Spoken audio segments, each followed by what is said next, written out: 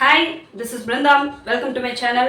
Special TET Paper 2 Social Science classes வந்து conduct பண்ணிட்டு இருக்கேன். இன்னைக்கு 7th class. Already 6th class finish ஆயிடுச்சு. பார்க்காதவங்க கண்டிப்பா போய் பார்த்துடுங்க, யூஸ்ஃபுல்லா இருக்கும். அண்ட் முக்கியமான டாபிக்ஸும் கூட அதெல்லாம் ஐரோப்பியர்கள் வருகை அண்ட் கர்நாடிக் வார், மைசூர் வார், மராத்திய வார்லாம் ஆல்ரெடி கம்ப்ளீட் பண்ணியாச்சு. ரொம்ப முக்கியமான வகுப்புகள் அதெல்லாம் பார்க்காதவங்க கண்டிப்பா போய் பாருங்க. கிளாஸஸ் மட்டும் இல்லாமல் டெஸ்ட் பேட்சும் கண்டக்ட் பண்ணிட்டு இருக்கேன். டெஸ்ட் பேட்சோட ரேட் வெறும் 499 rupees தான். ஒன் டைம் பேமெண்ட் தான். 3 months அவைலபிள். 3 monthsனா ஜூலை தானே எக்ஸாமு, அந்த ஜூலை மந்த் வரைக்கும் அவைலபிள் இருக்கும். டெஸ்ட் பேட்சில் topic wise test, weekly test, unit test and full test. எக்ஸாமுக்கு முன்னாடி ஒரு 3 ஃபுல் டெஸ்ட் வந்து கண்டிப்பாக இருக்கும். ஆல்ரெடி 120 மெம்பர்ஸ் வந்து ஜாயின் பண்ணிட்டாங்க. நீங்கள் எப்போ ஜாயின் பண்ண போகிறீங்க? ஜஸ்ட் 499 rupees தான். இன்னைக்கு நம்ம வகுப்புல 1857ல நடந்த ஒரு ரிவோல்ட்டை பத்தி தான் பார்க்க போறோம்.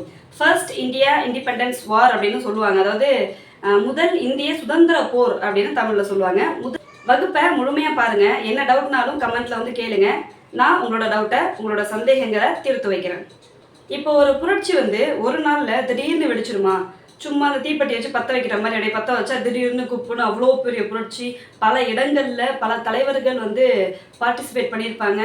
அந்த மாதிரி அவ்வளோ பெரிய புரட்சி ஒரு நாளில் நடந்துருமா அப்படின்னா வாய்ப்பு இல்லை, நடக்காது. ஒரு காரணத்துக்காக நடக்குமானா அதுவும் நடக்காது. பல காரணங்கள் வந்து இந்த புரட்சிக்கு இருக்குது. அண்ட் ஒரு பகுதியில் நடக்கலை. நான் கை வச்சிருக்கேன் இல்லையா, இந்த இடங்கள்ல சுற்றி நிறைய இடங்கள்ல இந்த புரட்சி நடக்கும். 1857 ரிவோல்ட் நடக்கும்.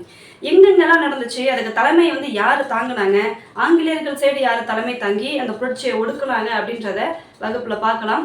வகுப்பை முழுமையா பாருங்க. ஃபர்ஸ்ட் காரணங்கள் என்னென்னு பார்க்கலாம். இந்த புரட்சிக்கான காரணங்கள் என்னென்ன அப்படின்னு. முதல் காரணம் இந்த வாரிசு இழப்பு கொள்கை தான். போன வகுப்புலேயே நான் சொல்லியிருப்பேன் வாரிசு இழப்பு கொள்கைன்னு யார் கொண்டுட்டு வந்தா அப்படின்னு சொல்லி. வாரிசு இழப்பு கொள்கை 1848ல் வந்து இன்ட்ரடியூஸ் பண்ணுறாங்க.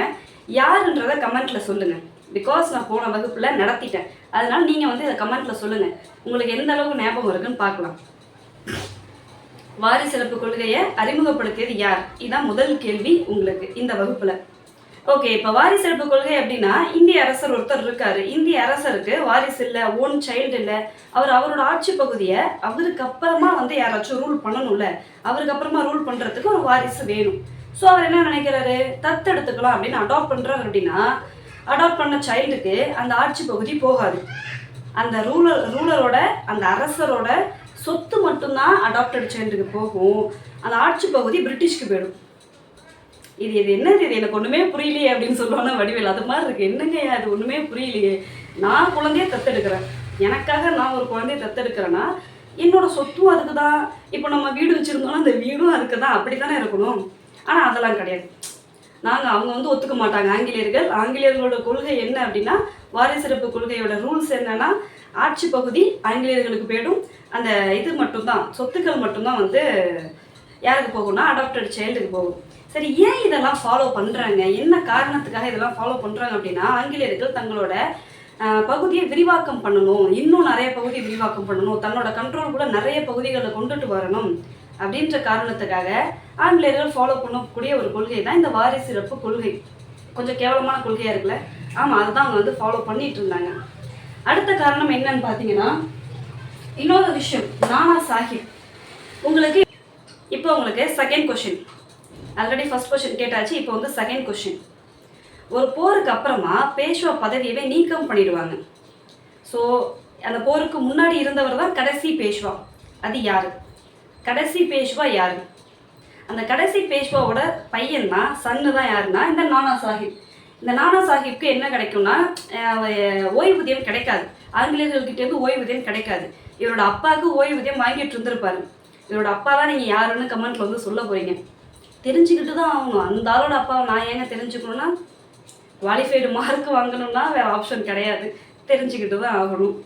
ஸோ நானா சாஹிப்க்கு என்ன கிடைக்காதுன்னா ஓய்வூதியம் கிடைக்காது. இவர் கேட்டு பார்த்தாலும் அவமானம் தான் படுத்தப்படுவார். யாரு? நானா சாஹிப். இவரோட அப்பாவுக்கு ஓய்வூதியம் கிடைச்சிட்டு இருக்கும். ஒரு போரோட எண்டில் தான் பேஷ்வா பதவியை நீக்கம் பண்ணிட்டு அவருக்கு ஓய்வூதியம் கொடுப்பாங்க.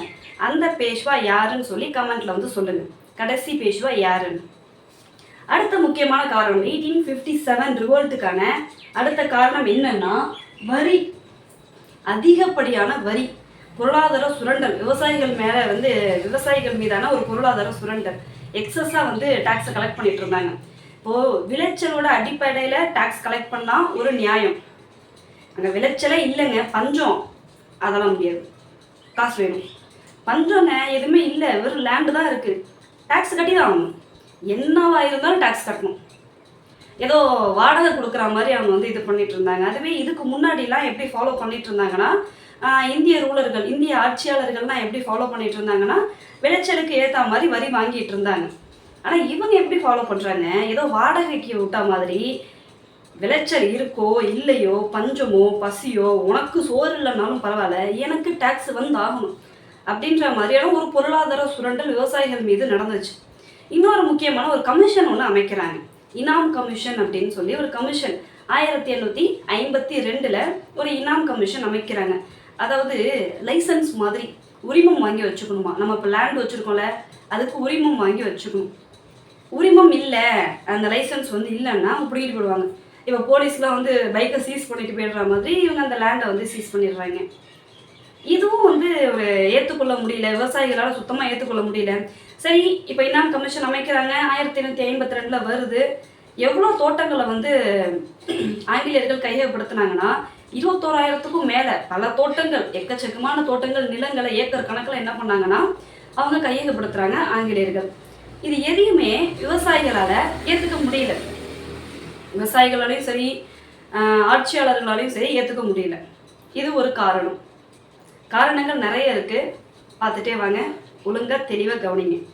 அடுத்த காரணம் பார்த்தீங்கன்னா மதமாற்றம். ஐரோப்பியர்கள் இங்கே இந்தியாவுக்கு வந்தாங்க இல்லையா, ஐரோப்பியர்கள் இந்தியா வருகைக்கு அப்புறமாவே நிறைய சமய பரப்பு குழுக்களும் இந்தியாவுக்கு வருகை தந்துச்சு. சமய பரப்பு குழுன்னா மதத்தை பரப்பக்கூடிய ஒரு குழுக்கள், நிறைய குழுக்கள் இங்கே வராங்க. அவங்களோட இதுவே எப்படி இருக்குன்னா, மதத்தை வந்து எப்படி பரப்புகிறாங்கன்னா, கல்வி நிலையங்கள் மூலமாக, இல்லைனா ஏழை மக்களுக்கு ஹெல்ப் பண்ணுறது மூலமாக, மருத்துவ வசதி செஞ்சு கொடுக்கறது மூலமாக மதத்தை வந்து பரப்புகிறாங்க. அவங்க இந்த டாக்டிக்ஸ், அதாவது இந்த ஒரு யுக்தி, ஒரு முக்கியமான ஒரு யுக்தியை வந்து ஃபாலோ பண்ணிட்டு இருந்தாங்க. கல்வி கொடுக்கறது, பெண்களுக்கு கல்வியை கொடுக்கறது, இல்லைனா வந்து தாழ்த்தப்பட்ட மக்களுக்கு கல்வி கொடுக்கறது, யாருக்கெல்லாம் கல்வி வந்து மறுக்கப்பட்டுச்சோ, யாருக்கெல்லாம் சில உரிமைகள் மறுக்கப்பட்டதோ அவங்கக்கிட்டலாம் வந்து அந்த உரிமைகளை வந்து கொண்டு சேர்த்து என்ன பண்ணாங்க, அவங்களோட மதத்தை பரப்புனாங்க. மதமாற்றம் ரொம்ப நிறையவே நடந்தது. அண்ட் ஒரு முக்கியமான ஒரு சட்டம் வருது, லெக்ஸ் லோக்சி ஆக்ட். லெக்ஸ் லோக்சி ஆக்ட் எந்த வருஷம்னா 1850 இந்த சட்டம் வருது. சரி, இந்த சட்டத்து மூலமாக என்ன அப்படின்னு பார்த்தீங்கன்னா, நீ இந்துவிலேருந்து கிறிஸ்டினா மதம் மாறிட்ட, அப்படி மாறினதுக்கு அப்புறமா ஒரு பயம் இருக்குல்ல, ஒருவேளை நம்மளோட மூதாதையர்களோட சொத்து நமக்கு கிடைக்கலனா அப்படின்னு ஒரு பயம் இருக்கும், மதம் மாறாமல் கூட இருக்கலாம். இந்த சட்டத்து மூலமாக என்னென்னா, நீ மதம் மாறிக்க, ஒன்றும் பிரச்சனை இல்லை, உனக்கு கிடைக்க வேண்டிய சொத்து, மூதாதையர்களோட சொத்து உனக்கு கிடைக்கும், அந்த பங்கு உனக்கு கிடைக்கும் அப்படின்றது தான் அந்த சட்டம். நீ வந்து மதம் மாறினாலும், இந்துலேருந்து கிறிஸ்டினா மதம் மாறினாலும் உனக்கு மூதாதையர்கள்ட்டேருந்து வர வேண்டிய சொத்து வரும் அப்படின்றது தான் இந்த சட்டம். ஸோ ஈஸியாக வந்து என்ன பண்ணுவாங்க, தைரியமாக கன்வெர்ட் ஆகிடுவாங்கல்ல. இதுவும் வந்து ஒரு காரணமாக இருக்குது, பெரும் புரட்சிக்கான ஒன் ஆஃப் த ரீசன்.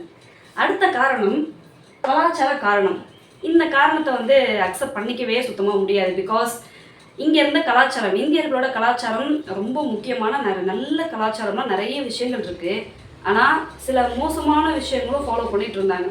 எக்ஸாம்பிளுக்கு சொல்லணுன்னா சதி, இன்னொரு எக்ஸாம்பிளுக்கு சொல்லணுன்னா பெண் சிசு கொலை, இல்லை குழந்தை திருமணம், விதவைகளை வந்து வெளிலே வர வேண்டாம், அவங்க வந்து ஒரு கல்வியாக இருக்கட்டும், அவங்களுக்கு எல்லா உரிமைகளும் மறுக்கப்பட்டது.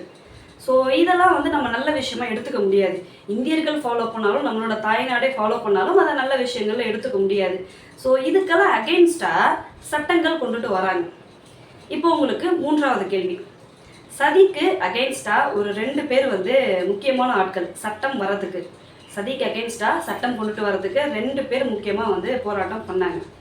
ஒருத்தர் இந்தியர், இன்னொருத்தர் ஆங்கிலேயர். அவர் ஆங்கிலேய போராட்டம்லாம் பண்ணலை, சட்டம் வரத்துக்கு அவர் தான் முக்கியமான காரணம். அந்த 2 பேர் யார், கமெண்ட்ல வந்து சொல்லுங்கள். அடுத்தது பெண் சிசு கொலை, குழந்தை திருமணம், இதுக்கு அகெயின்ஸ்டாக எல்லாத்துக்கு அகெயின்ஸ்டாகவும் என்ன பண்ணுறாங்க அப்படின்னா சட்டங்கள் கொண்டுட்டு வராங்க. முக்கியமாக விதவைகளுக்கு கல்வியை வந்து அளிக்கிறாங்க. யாருக்கு, விதவைகளுக்கு, நீ வெளியே வரக்கூடாது அப்படின்றவங்களுக்கு என்ன பண்ணுறாங்கன்னா கல்வியை வந்து அளிக்கிறாங்க. எல்லாத்துக்கும் தடை விதித்து சட்டம் கொண்டுட்டு வராங்க. சதியின்மை கூடாது அப்படின்னு ஒரு சட்டம் கொண்டுட்டு வராங்க. பெண் சிசு கொலையாக இருக்கட்டும், விதவைகள் வந்து மறுமணம் பண்ணிக்கலாம் அப்படின்னும், குழந்தை திருமணம் இருக்கக்கூடாது அப்படின்னும் பல சட்டங்கள் வந்து கொண்டுட்டு வராங்க ஆங்கிலேயர்கள். இது இந்தியர்களுக்கு பிடிக்கல. இவங்களோட கலாச்சாரத்துல ஆங்கிலேயர்கள் தலையிடுறதா இவங்க வந்து கருதுறாங்க. அடுத்த காரணம் என்னன்னு பார்த்தீங்கன்னா, இந்திய வீரர்களுக்கு நோ ரெஸ்பெக்ட் அப்படின்னா வந்து என்ன மென்ஷன் பண்ணியிருக்கேன்னா, இந்திய வீரர்களுக்கு இப்போ ஆர்மி இருக்குது, இராணுவம் இருக்குது. அந்த இராணுவத்தில் ஆங்கிலேயர்களை விட இந்தியர்கள் தான் ரொம்ப அதிகமாக இருந்தாங்க. ஆனால் அவங்களுக்கு உயர் பதவி கிடையாது, ஹை சேலரி கிடையாது. இப்போ ஒரே கிரேடில் வந்து யார் இருக்கா, ஆங்கிலேயர்களும் இருக்காங்க, இந்தியர்களும் இருக்காங்கன்னு வச்சுக்கோமே. அந்த ஆங்கிலேயர்களுக்கு அதிக என்ன கிடைக்கும், சேலரி கிடைக்கும். இந்தியர்களுக்கு அதிக சேலரி கிடைக்காது. ஸோ இதெல்லாமும் ஒரு காரணங்கள் எதுக்கு, பெரும் புரட்சிக்கு. அடுத்தது ரொம்ப மிக முக்கியமான காரணம் தான் இந்த உடனடி காரணம். இமீடியட் காஸ் என்ன? ஓகே, இவ்வளோ காரணங்கள் இருக்குது. ஒரு புரட்சி வெடிக்கிறதுக்கு இத்தனை காரணங்கள் இருக்குது.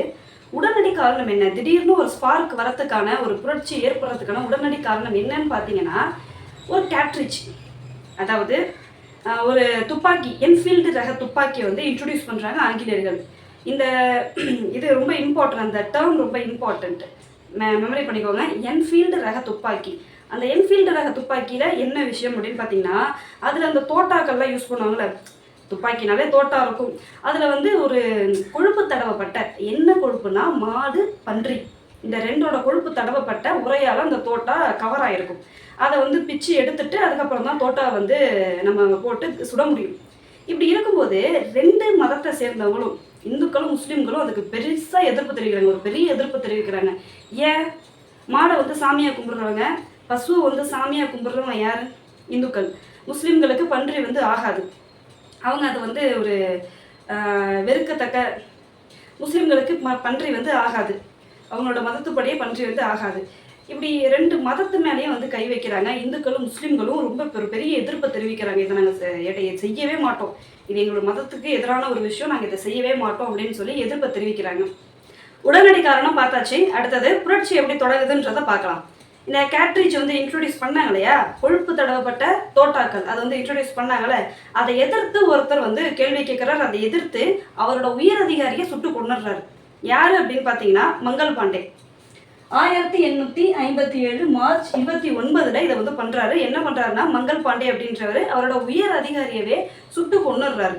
ஸோ இதை வந்து பயன்படுத்த சொன்னதுனால, இந்த கொழுப்பு தடவப்பட்ட தோட்டாக்களை யூஸ் பண்ண சொன்னதுனால முடியாதுன்னு ஃபஸ்ட்டு சொல்கிறாரு. அதுக்கடுத்து அகைன் என்ன பண்ணிடுறாங்கன்னா, சுட்டு கொண்டுடுறாரு.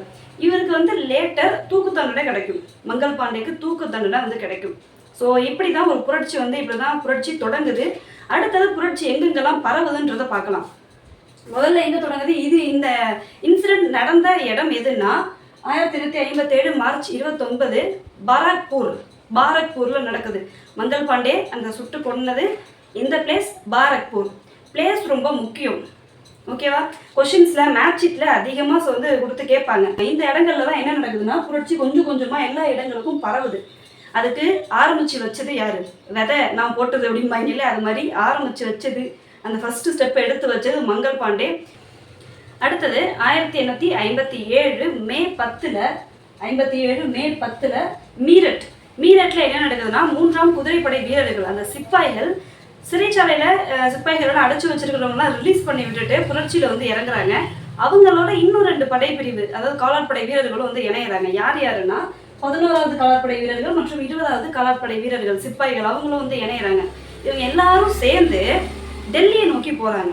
இப்போ டெல்லி எங்கே இருக்குன்னா, டெல்லி மேலே வந்து மீரட்லேருந்து எல்லாரும் எங்கே போகிறாங்க அப்படின்னா, டெல்லியை நோக்கி வந்து போயிட்டு இருக்காங்க. மே 11 எல்லாரும் டெல்லியில் போய் ரீச் ஆகிடுவாங்க. ரீச் ஆனதுக்கு அப்புறமா 2ஆம் பகதூர் ஷா இருக்கார் இல்லையா, அந்த 2ஆம் பகதூர் ஷாவை வந்து பேரரசரை அனௌன்ஸ் பண்ணுவாங்க. இந்தியாவோட பேரரசர் இவர் தான் அப்படின்னு சொல்லி பேரரசரை அனௌன்ஸ் பண்ணுவாங்க. யார? 2ஆம் பகதூர் ஷாவை. அதுக்கு அடுத்தது புரட்சியோட மையமாக அது டெல்லி வந்து செயல்படும். புரட்சியோட மையமாக டெல்லி தான் செயல்படும். புரட்சி நடைபெற்ற இடங்கள் இதெல்லாம் தான். நான் ஒரு இடத்துலையும் யார் தலைமை தாங்கி புரட்சியை வந்து வழி நடத்துனாங்க, எந்த ஆங்கிலேயர் அடக்குனாங்க அதை அப்படின்றத சொல்கிறேன், தெளிவாக பாருங்கள். இதுதான் exam point of view. Match ஷீட்டில் கொடுத்து கேட்பாங்க, பொறுத்துக்களை கொடுத்து இதை வந்து கேட்பாங்க. முக்கியமாக பார்த்தீங்கன்னா, அடுத்தது ஜான்சி, மத்திய இந்தியாவில் புரட்சி எங்கே நடக்குதுன்னா ஜான்சியில் நடக்குது. ஜான்சி ராணி நம்ம எல்லாருக்குமே தெரியும். அந்த ஜான்சி ராணி ரொம்ப வீர தீரமாக என்ன பண்ணுறாங்கன்னா, புரட்சியில் ஈடுபடுறாங்க. போர் வந்து ரொம்ப ரொம்ப பிரேவ் உமன், இது மாதிரி யாருமே நாங்கள் வந்து ஒரு பிரேவான ஆளை பார்த்ததில்லை அப்படின்னு ஆங்கிலேயர்களே வந்து சொல்கிறாங்க. அந்த அளவுக்கு தைரியமாக போர்க்களத்தில் என்ன பண்ணுறாங்க, ஆங்கிலேயர்களை எதிர்த்து போராடிட்டு இருந்தாங்க. ஸோ ஒரு கட்டத்தில் முடியல, குவாலியருக்கு தப்பி ஓடுறாங்க. குவாலியர்லேயுமே வந்து யார் இருப்பான்னா, குவாலியர் ஜான்சிக்கு மேலே இருக்கிறது குவாலியர். குவாலியரில் யார் தலைமை தாங்கி புரட்சியை வழி நடத்திட்டு இருப்பாருன்னா தாந்தியா தோப்பே. அவரையும் வந்து கேப்சர் பண்ணிடுவாங்க, அவரையும் வந்து அரெஸ்ட் பண்ணிடுவாங்க. அடுத்தது இவங்க என்ன ஆவாங்க, ஜான்சி ராணி என்ன ஆவாங்க அப்படின்னா போர்க்களத்திலே கொல்லப்படுவாங்க. புரட்சி ஸ்டார்ட் ஆகிடுச்சு. புரட்சி வந்து பல இடங்களுக்கு வந்து பரவிடுச்சு. இந்த புரட்சி நடக்கும்போது 1857 புரட்சி நடக்கும்போது யார் வந்து கவர்னர் ஜெனரலாக இருக்கா, இந்தியாவோட கவர்னர் ஜெனரலாக யார் இருக்கா அப்படின்னா கானிங் பிரபு. அந்த கானிங் பிரபு தான் கவர்னர் ஜெனரலாக இருப்பார். ஸோ இவர் என்ன பண்ணுறாருன்னா எல்லா இடங்களில் ஒரு சில இடங்கள்ல இருந்து படை வீரர்களை வர வைக்கிறாரு. இந்த புரட்சி அங்கங்கே நடக்குது இல்லையா, இதெல்லாம் அடக்கிறதுக்கு நிறைய படை வீரர்களை வர வைக்கிறாரு. சென்னை, பம்பாய், இலங்கை, பஞ்சாப், கூர்கா படைப்பிரிவினரும் இவங்களுக்கு ஹெல்ப் பண்ணுறாங்க. சீக்கிய படைகள், இந்த எல்லா படைப்பிரிவினரும் என்ன பண்ணுறாங்கன்னா பிரிட்டிஷ்க்கு வந்து ஹெல்ப் பண்ணுறாங்க. இப்போ சென்னையிலேயும் வந்து சென்னை, பம்பாயிலேயும் வந்து ஆங்கிலேயர்களோட படைகள் வந்து இருக்கும். நம்ம போன வகுப்புலேயே பார்த்தோம். சென்னை, மும்பை, கல்கத்தாவில் தனித்தனியாக 3 படைப்பிரிவுகள் வந்து படைகள் வந்து இருக்குது அப்படின்னு. சென்னையிலேருந்தும் பம்பாயிலேருந்தும் படைகள் வந்து யாருக்கு ஹெல்ப் பண்ணுவாங்க, ஆங்கிலேயர்களுக்கு ஹெல்ப் பண்ணுவாங்க. கானிங் பிரபுக்கு ஹெல்ப் பண்ணுவாங்க. எதுக்கு, இந்த புரட்சியை அடக்கிறதுக்கு. ஓகேவா, இது வரைக்கும் புரியுது தானே? இப்போது புரட்சியில் யார் யார் ஈடுபட்டா, எந்தெந்த தலைவர்கள் வந்து ஈடுபட்டாங்க, யார் அடக்குனாங்க அப்படின்றத பார்க்கலாம். நான் வந்து அதை ஸ்லைடாக வந்து போடுறேன், ஸ்லைடை வந்து தெளிவாக பாருங்கள். டெல்லியில் 2ஆம் பகதூர் ஷா புரட்சியை வழிநடத்துகிறாரு. அவரை வந்து அடக்குனது யார், அந்த புரட்சியை பகதூர் ஷாவை தோற்கடித்தது யாருன்னா ஜான் நிக்கல்சன். லக்னோவில் பேகம் ஹஸ்ரத் மஹால், அவங்கள தோற்கடிச்சது ஹென்ரி லாரன்ஸ். அடுத்தது கான்பூரில் நானா சாஹிப்பு ஏன் இங்கே வந்தாருன்றது நான் ஆல்ரெடி சொல்லியிருக்கேன். என்ன ரீசன், நானா சாஹிப் வந்து இதில் ஈடுபட்டதுக்கு அவமானப்படுத்தப்பட்டாங்க. கடைசி பேஷ்வாவோட சன் இவங்க. கடைசி பேஷ்வா யாருன்ற கொஸ்டின் வேறு கேட்டிருக்கேன். ஸோ ஆங்கிலேயர்களால் அவமானப்படுத்தப்படுறாங்க. அதனால் இவரும் என்ன பண்ணுறாரு, புரட்சியில் ஈடுபடுவார். கான்பூரில் நானா சாஹிப் வந்து என்ன பண்ணுவார், புரட்சியில் ஈடுபட்டிருப்பார். இவரை தோற்கடிக்கிறது யாருன்னு பார்த்தீங்கன்னா சர் காலின் கேம்பல். அடுத்தது ஜான்சி அண்ட் குவாலியர், மத்திய இந்தியாவில் ராணி லக்ஷ்மிபாயும் தாந்தியா தோப்பேவும் வந்து புரட்சியை வழி நடத்தினாங்க. 2 பேரையும் தோற்கடிச்சது யாருன்னா ஜெனரல் ஹக்ரோஸ். ஜான்சி ராணி போர்க்களத்திலே வந்து கொல்லப்படுவாங்க. ரொம்ப வீரதீரமாக வந்து போரிடுவாங்க. ஆங்கிலேயர்களாலே வந்து இந்த அளவுக்கு ஒரு ஸ்ட்ராங்காக ஒரு பிரேவாக வந்து அவங்க போரில் ஈடுபட்டாங்க அப்படின்னு ஆங்கிலேயர்களே இவங்களுக்கு காம்ப்ளிமெண்ட் வந்து கொடுப்பாங்க. அந்தளவுக்கு யார் இருந்தா, ஜான்சி ராணி இருந்தாங்க. அடுத்து பரைலியில் கான் பகதூர் கான். பிரிட்டிஷ் வந்து யார் இருக்கான்னா சர் காலின் கேம்பல். பீகாரில் கன்வர்சிங்கை வந்து தோற்கடிக்கிறது வில்லியம் டைலர். 1857 செப்டம்பர் 20 நிக்கல்சன் இருக்கார் இல்லையா, அவர் வந்து டெல்லியை வந்து கேப்சர் பண்ணிடுறாரு. டெல்லி யார் கையில் இருந்தது, 2ஆம் பகதூர் ஷா பேரரசராக வந்து அனௌன்ஸ் பண்ணிடுவாங்க. அவர் டெல்லியில் வந்து அவர் தான் என்ன பண்ணுவாங்க, புரட்சியை வழி நடத்திட்டு இருந்தார். ஸோ அவரை வந்து யார் வந்து தோற்கடிப்பா, டெல்லி அகெயின் வந்து கேப்சர் பண்ணுறது யாருன்னு பார்த்தீங்கன்னா நிக்கல்சன். அடுத்தது ஜான்சியை வந்து ஹக்ரோஸ் வந்து தோற்கடிச்சிடுறாரு. அதுக்கு அடுத்தது தாந்தியா தோப்பேவும் வந்து ஹக்ரோஸ் தான் தோற்கடிக்கிறாரு. ஆனால் ஆங்கிலேயர்களுக்கு இந்த படைப்பிரிவு எல்லாமே வந்து ஹெல்ப் பண்ணும். இந்த படைப்பிரிவினர் எல்லாருமே என்ன பண்ணுவாங்க, ஆங்கிலேயர்களுக்கு ஹெல்ப் பண்ணுவாங்க. கொஞ்சம் ஆங்கிலேயர்கள் ரொம்ப ஸ்ட்ராங்காக இருப்பாங்க, பலம் அதிகமாக இருக்கும். இவங்களால எல்லாராலையும் வின் பண்ணியிருக்க முடியாது. எல்லாரும் ஒரு ஒற்றுமை இல்லாமல், ஒரு கரெக்டாக சொல்லணும், ஒரு ஒழுங்கான ஒரு வடிவம் இல்லாமல் அங்கங்கே ஒரு ஆட்கள் தனித்தனியாக என்ன பண்ணிட்டு இருப்பாங்கன்னா புரட்சியில் ஈடுபட்டு இருப்பாங்க. அந்த ஒருங்கிணைப்பு இல்லை, ஒரு ப்ராப்பரான ஒரு ஒருங்கிணைப்பு இருக்கணும். ஸோ எல்லாரும் வந்து அதுக்கு ஒத்து வரணும். அந்த ஒருங்கிணைப்புலாம் இல்லை, ரொம்ப ஒரு லேக்காக தான் இருந்தாங்க. அந்த விஷயத்துலலாம் குறைதான் இவங்களுக்கு. ஆங்காங்க தனித்தனியாக தான் வந்து புரட்சியில் ஈடுபட்டு இருந்தாங்க. எல்லாரும் ஒன்று சேர்ந்து எல்லாரும் ஒரு நல்ல ஐடியா வந்து ஏற்படுத்தி இங்கே இருக்காங்க, ஸோ நம்ம என்ன பண்ணணும் அப்படின்ற மாதிரி ஒரு ஐடியா பண்ணி புரட்சியில் ஈடுபட்டிருந்தா வின் பண்ணியிருக்கலாம் கண்டிப்பாக. ஏன்னா யாரும் வந்து ஆங்கிலேயர்களுக்கு குறைச்சவங்க இல்லை. ஜான்சி ராணியை வந்து ஆங்கிலேயர்களே வந்து பாராட்டுறாங்க, அவங்க அந்தளவுக்கு தைரியமாக இருந்தாங்க அப்படின்னு.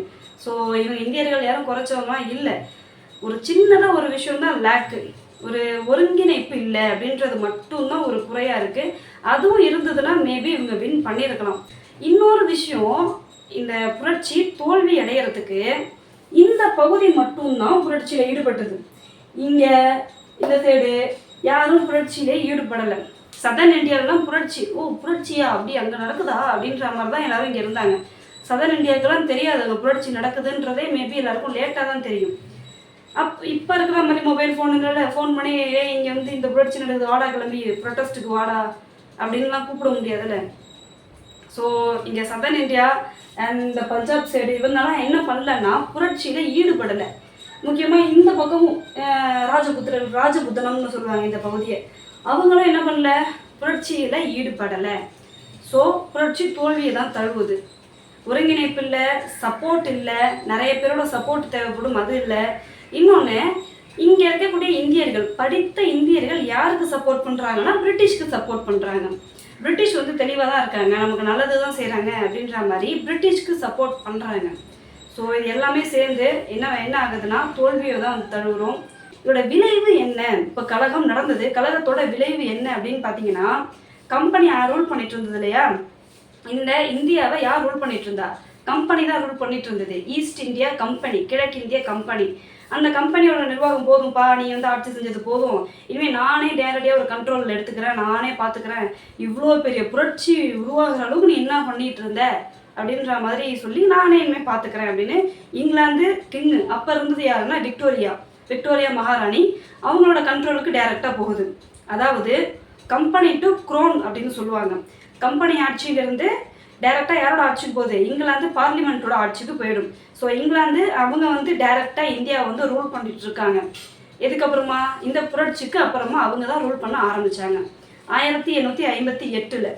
இதுக்கு பேர் என்ன அப்படின்னா விக்டோரியா பேரறிக்கை அப்படின்னு சொல்லுவாங்க. 1858 விக்டோரியா மகாராணி ஒரு பேரறிக்கை ரிலீஸ் பண்ணி அதில் இந்த விஷயங்கள்லாம் வந்து கொடுத்துருப்பாங்க. இதுக்கு மேலே வந்து கம்பெனி ஆட்சி ரூல் பண்ணாது, இதுக்கு அடுத்தது யார் ரூல் பண்ணோம், பாராளுமன்றத்தோட கண்ட்ரோல்குள்ளே வந்துடும். இன்னொன்று, இந்தியாவை நிர்வகிக்கிறதுக்கு ஒரு செயலர், அவங்களுக்கு ஹெல்ப் பண்ணுறதுக்கு 15 உறுப்பினர்கள் வந்து இருப்பாங்க அப்படின்ற ஒரு விஷயம் இன்ட்ரொடியூஸ் ஆகும்.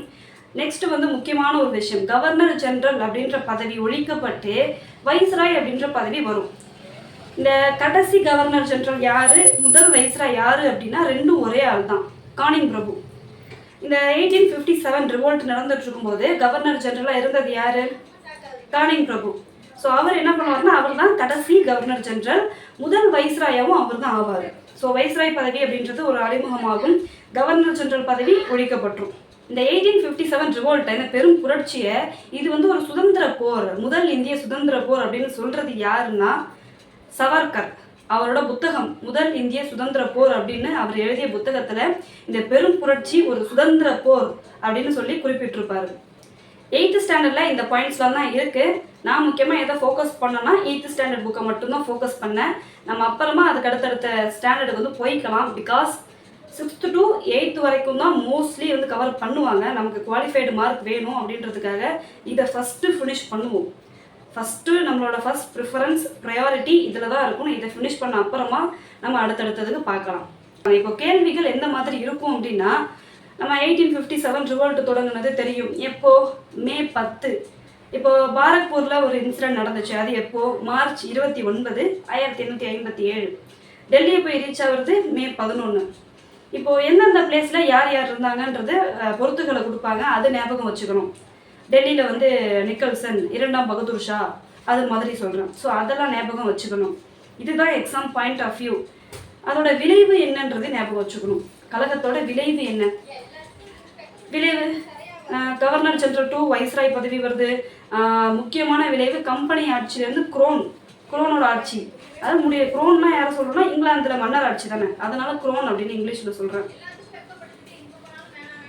உங்களுக்கு காரணங்கள்லாம் கண்டிப்பாக அது மனப்பாடம் பண்ணுற அளவுக்கு வேண்டாம். அது ஸ்டோரியாக நீங்கள் பார்க்கும்போது இந்த வீடியோ கேட்கும்போதே உங்களுக்கு புரிஞ்சிருக்கும்.